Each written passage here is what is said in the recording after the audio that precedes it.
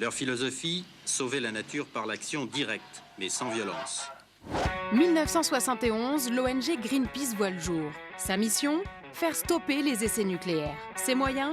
Des actions choc et médiatisées, mais toujours dans la non-violence, quitte à prendre des risques. Exemple dans les années 80, où des militants tentent d'empêcher le déversement de déchets radioactifs en pleine mer. Et les volontaires de Greenpeace sont prêts à risquer leur vie pour empêcher que les fûts soient jetés à la mer. C'est alors que l'un des fûts frappe un canot de plein fouet et le volontaire à bord est jeté à la mer.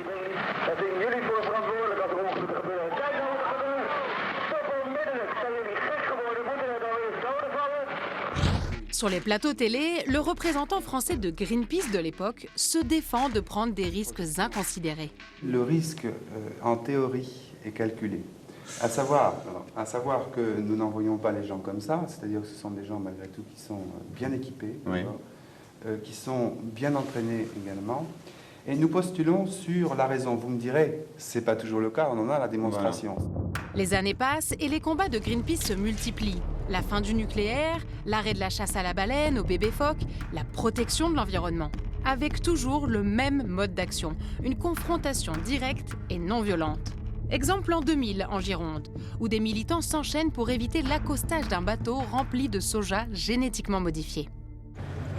Il y a des gens qui sont accrochés un peu partout pour empêcher le débarquement de soja transgénique en France. Des militants enchaînés, accrochés sur une tour de refroidissement d'une centrale nucléaire ou encore en rappel au sein de l'Assemblée nationale, les coups d'éclat sont devenus la marque de fabrique de l'ONG. Est-ce que vous n'avez pas le sentiment parfois de faire plus parler de vous que des causes que vous défendez ? On prend ce risque-là. La plupart du temps, on arrive quand même à faire émerger notre message. Aujourd'hui, l'association pacifiste compte 3 300 000 adhérents dans le monde, dont 170 000 en France. Tous réunis par la même volonté de faire réagir l'opinion publique par le biais d'actions non violentes.